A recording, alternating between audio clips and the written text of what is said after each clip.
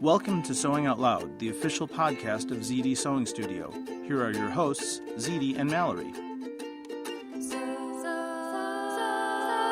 Sewing Out Loud. Hello and welcome to the podcast. I'm Mallory Donahue. And this is ZD Donahue.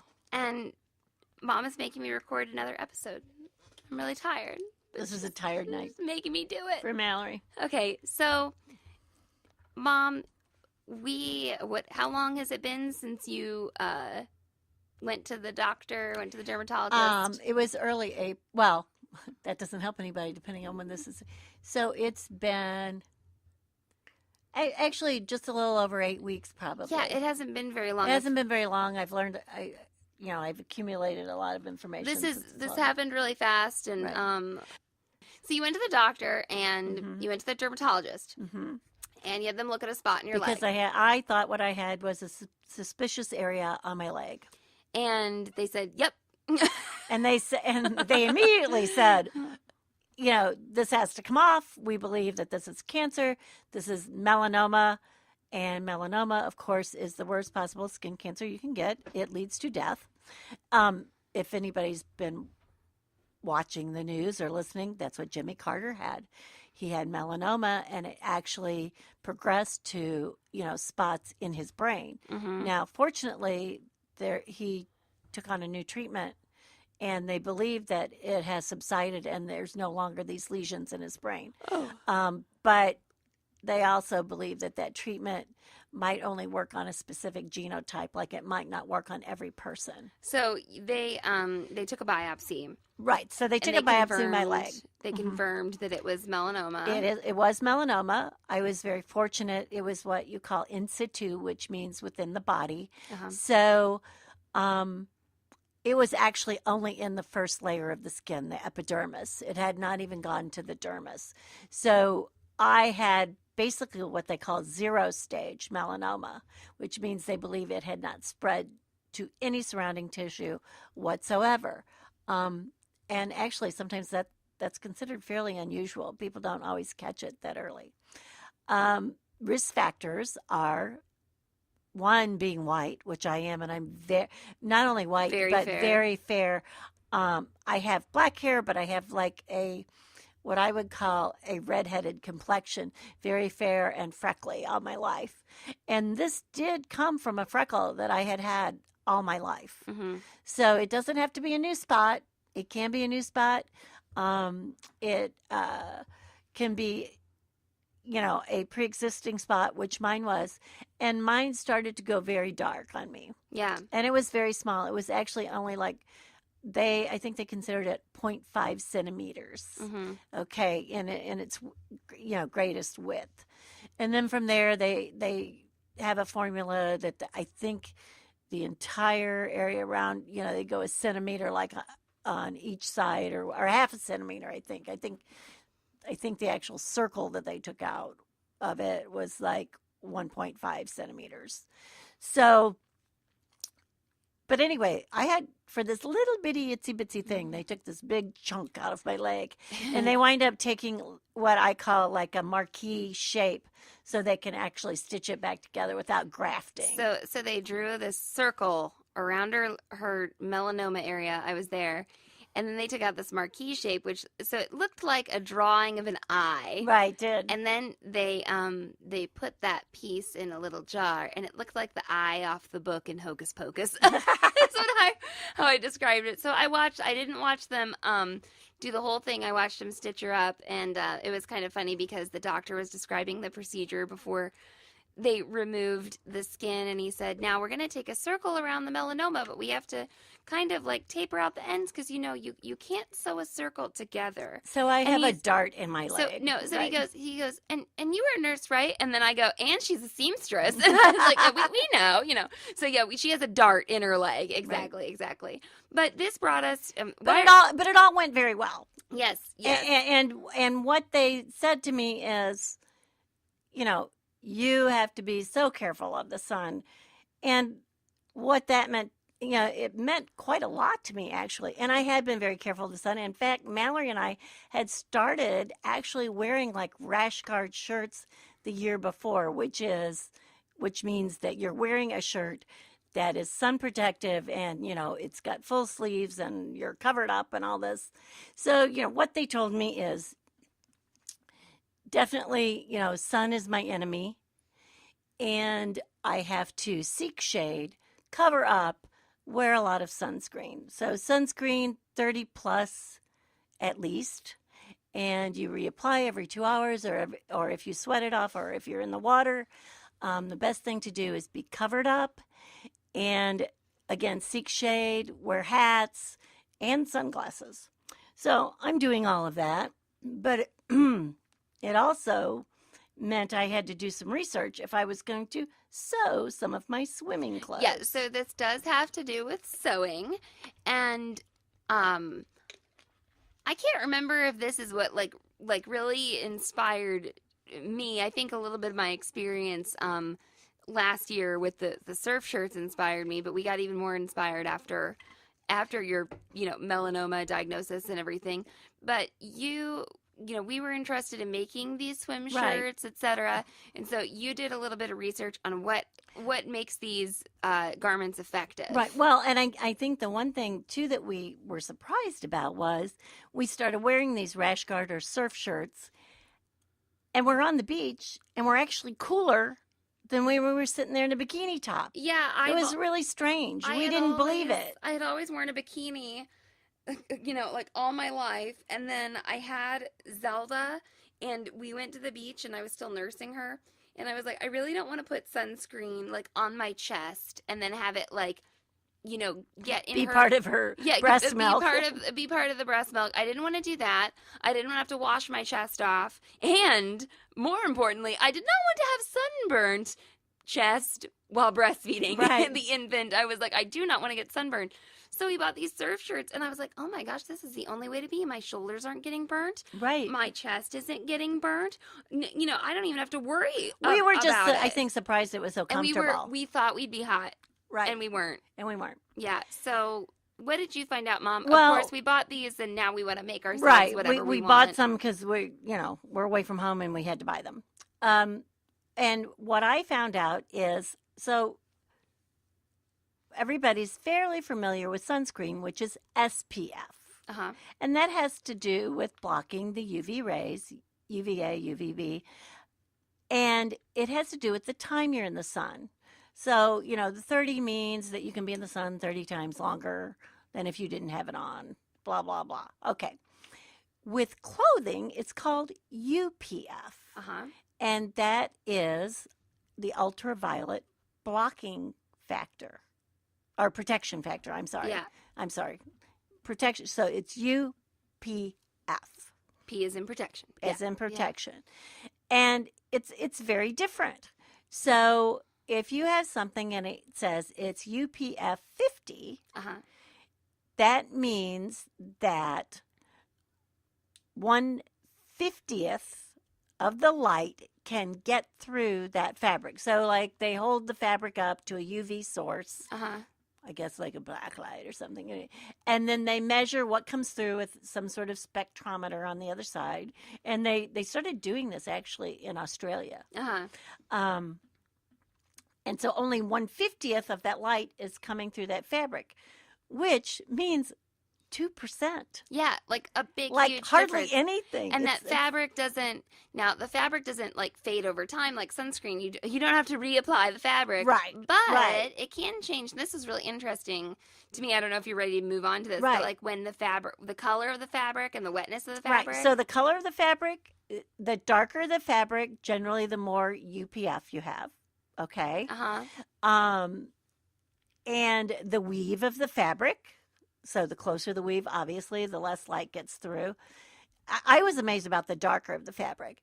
And then the other thing is the stretch. So you cannot stretch it over your body and expect it to maintain that because, of course, you're opening up the spaces between the fibers. Right, the fibers. Yeah. And then the other thing is what they call the wetness. Uh-huh. So when you get it wet, it starts to stretch and open up those fibers, yes, again. So one of the articles I read talked about all these people, for all these years in Florida and everything, were putting their little kids in white undershirts. and they thought that they were protecting their skin. Well, apparently the UPF of basically a regular white cotton undershirt, and it's bleached cotton, which is Right. bad because that takes away, okay, some of the sun protectiveness. So the UPF on that is like a 7. Oh, yeah. Right. And if it gets wet, it's a 2. Right. So it's like nothing. So you're putting Right. this t-shirt on, you think you're helping your kid out, and you really aren't. And it really needs to be a dark color. Well, and I remember putting T-shirts on to go into the water on Right. like day 3 after I was burned or Right, something like right. that, and I didn't want to do it because they got heavy and everything. And that's if it gets heavy, then it's not a good weave. Right. So Right. these surf shirts or rash Right. guards or whatever that we bought for ourselves. I mean, I just couldn't believe it. I couldn't believe I was so comfortable. And they dry quickly. They Right. wick away. Right. A lot of times it's a wicking type fabric. So the other thing I looked up, I'm 63 years old. I have melanoma, and I pick up a new sport to do in the sun, which is paddleboarding. And I'm like so freaking in love with this. So you're constantly exposed to the sun. You're not even in the water. Right. You're up on top of the water. And there is another thing that you need to think about. Reflective. Yeah. And it, sand reflects, snow reflects, water reflects, and that increases your exposure to the UV light. So I needed to figure out, I need to go and I need to find out about swim pants. Well, what it really gets down to is sort of like the Lycra workout black pants are about the thing to go to. Yeah. So, you can make those or buy those or buy those. whatever. Right. I'm kind of liking the ones that come like to my knee or right below my knee, and then adding sunscreen on the bottom of my legs, and again, you don't get that hot. It's kind of funny. Like I thought I'd be in black, and all these years I've been wearing white So shirts. this is another feminist conspiracy theory that no I have. joke. Okay. So I made myself a suit the day before we went to a lake. Right. And it is The morning of the day we went to the lake. The morning Right. of the day we went to the lake. And it is I used the Quick Sew swimwear and activewear book patterns. And that book has a bunch of people from the 80s on the cover, but it is an excellent book. And I made the leotard, actually, it's the leotard Right. top because it has Right. sleeves, right? So I made like a 3/4 length-ish sleeve cropped t-shirt Right. and high-waisted shorts. Right. And hopefully I get somebody to take a picture of me in this bathing suit before the podcast. No one wants to do it. No one wants I to have do a picture of you. I sent it to you, no, but you're in the not water. the full. Yeah, right. Yeah. Exactly. Okay, so anyway, I made it, and we go to this lake, and First time I paddleboarded. Go ahead. every woman there is in kind of like a skimpier top or like a lower cut top, even if it's a one piece, and I was looking around and I thought, this is all that's out there to buy. This is like the only thing that's out there to buy. And then I had a ton of people stop me and be like, I can't find stuff like that. And I had one lady stop me with a very evident scar on her chest. And she said, I had melanoma here. Right. And I can't find anything to cover up with. And she was wearing like the shawl thing, over a bikini. And then I saw these young girls going to play volleyball. And they're all like, oh, my boobs are falling out, and they're messing with their tops. And I'm like, I don't think they like want to be doing that. I think that they would I think that I'm kind of wishing that we had more options available to us, and I'm not a modest person. Like that is in no way any way that anyone would describe me like, oh, that Mallory doesn't want to show anything or anything like that. No, I'm not modest, but I do think that it's almost unfair that like if the average person goes into the department store, that like your only option is something that kind of like really just like exposes you, that might not be comfortable. And the reason companies And do also, this, it's bad for your and health. it's bad for your health, yes. And the reason companies do this is because, hello, 2 triangles and some strings. I mean, who gets to say that doesn't fit them? It doesn't fit me. Right, that's what I'm Right. saying. Like, there you go. But making a more structured top with like a, underwire or something like that or whatever. But I feel like we've been sold this idea That's what of the string bikini, and that's what we're supposed to be wearing. And I won't have it. I won't have it. I'll wear what I want. I mean, I'm not saying that I want to Well, and one of the things I've come up against, you're not big busted, but Right. I still need to wear something under this shirt. Right. Okay. Some people are going to be able to get by with just the 2 triangles and the string under it or nothing. I made depending on how, did you wear anything under that? No, I made my shirt. I lined it. Okay, with another scuba knit. Well, no, I made it That's out of what you scuba made, knit, yeah. and I lined it with another thinner knit. But also, I made it out of a really heavily patterned fabric. Right. So I am modest in that I don't like my nipples poking out of my bathing suit. Some people don't care, and that's fine. But that's like the one thing about me, And Right. so you can't tell. Right. In the patterned fabric, and so I didn't wear anything under it. I lined the bottoms completely, and you know what I didn't have to do? I did not have to shave my bikini line or my armpits. To wear the because suit. you had a short. You had more of a But boy like leg or bike short or a boy leg. Yeah, I was like, this is amazing. Well, and I've been wearing. Even if I wear I wear more of a bike short or a boy cut short, because that's one place I used to burn a lot was tops of your legs. Right there, that skin that never sees the sun. Well, and I was squatting down with Zelda, right, and like holding her and walking along the beach with her, and I didn't feel like anything was gonna pop out or hang out or popping out. And I'm pretty self-conscious about like my stomach. And I'm like, that's really kind of silly, I guess. But, I don't want to bend over and like have my stomach all hanging out personally. And so the fact that these were high-waisted shorts, I just felt really like right. I wasn't worrying about it. And it was nice. So I will say my one problem is I still need a swimsuit top. Yeah. Or a sports bra to wear under and again, there's just no going out in public without an underwire for me. Yeah. So I actually did buy some sports bras that I wound up not wearing and wound up finding some more constructed one-piece swimsuit tops that I actually wound up wearing underneath, my rash guard shirt, just so if anybody's interested. I actually have another one in the works, another just swimsuit top to wear. So what I hope is I can stitch some of these up and show everybody what I've been doing. I'm really excited about the shirts. Here's the deal. You go in to buy something that's a UPF 50, a shirt, this little knit shirt, and you're going to pay $30, $40 a shirt. $50, yeah. And it's nothing. Yeah. It's absolutely nothing. So if you learn about these fabrics and buy the wicking fabric, buy the right fabric, take it home, get it wet, see if it works. And I don't, some of the knits that we've been using are those ITY knits. Right. And those are pretty inexpensive knits. They're polyester. They dry real fast. Right. They're kind of thin, but they are opaque. Right. And as long as they're opaque. The fact that they're thin and lightweight like that means that they don't get heavy and stretch out. That's right. Now, the scuba net is dense. It is dense. And it works well, too. Yes. So I guess my suggestion here is right now, these garments are hard to find, or they're easy to find on the internet. You go and you can find a rash guard shirt and all of this kind of stuff.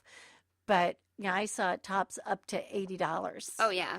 The thing is I have learned about the fabric and I can make my own and I can feel confident.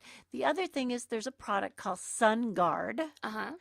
And you can wash your fabrics in this and use it in the washing machine. Now, it will eventually wash out, but I guess apparently you can wash it back into the Reapply fabric. it. Okay. Right. So the other thing you need to think about is when you do make this swimming suit that you made, Mallory, eventually it may get a little threadbare or something, and then it's not so UPF. It's not so protected. Not quite as protected. Right. Yeah. So, you do, but we will reference some hopefully articles that I've read. Linking to some articles and hopefully a blog post with some pictures of us in our beautiful bathing suits. Well, and I will tell you, my husband took some pictures of me on the paddleboard, and I've got some of this swimwear on that's covering me up, and I look fine. I don't look like I need a bikini. I look like I'm doing a sport and I've got on the appropriate clothes. I really feel like I've bought like little bikinis all my life, and I'm sort of like, right. So you don't have to have, and you don't have to have a bikini to look good. Yeah, no. Or if you never wore one, you know, you should be wearing sleeves too. Well, or, and we think of bikinis as like the only two pieces, and there's those tankinis, but Right. those still can have those super plunging necklines. And everybody, you got to that- cover up your kids. Yeah. You got to cover up your kids. I will never let Zelda, Mallory's baby, swim without a shirt on, ever. I have a little baby shirt for her. Yes. Several, Yes. actually. Yes. Yes. Oh and swim shirts are so freaking cute. Whole reason I had a baby. So I think that swim shirts are the cutest Right. garment that you can put Well, on. aren't you going to make her one to match yours? I am. you We're going to have think? matching bathing suits. Yes, yes. So I hope that helps everybody. It's just something that I've kind of come across. And again, because I've had sewing in my life, I did a little research, and now I can accommodate myself. I feel good that I found the cancer on time, and I feel good that I know how to take care of myself Yeah, now. absolutely. And hopefully I can pass this on to everybody else. I'm glad that the cancer is gone too, Mom. Yeah, I think we all are. All right. Well, thanks for listening, everyone. So long and so happy. Thanks for listening to Sewing Out Loud.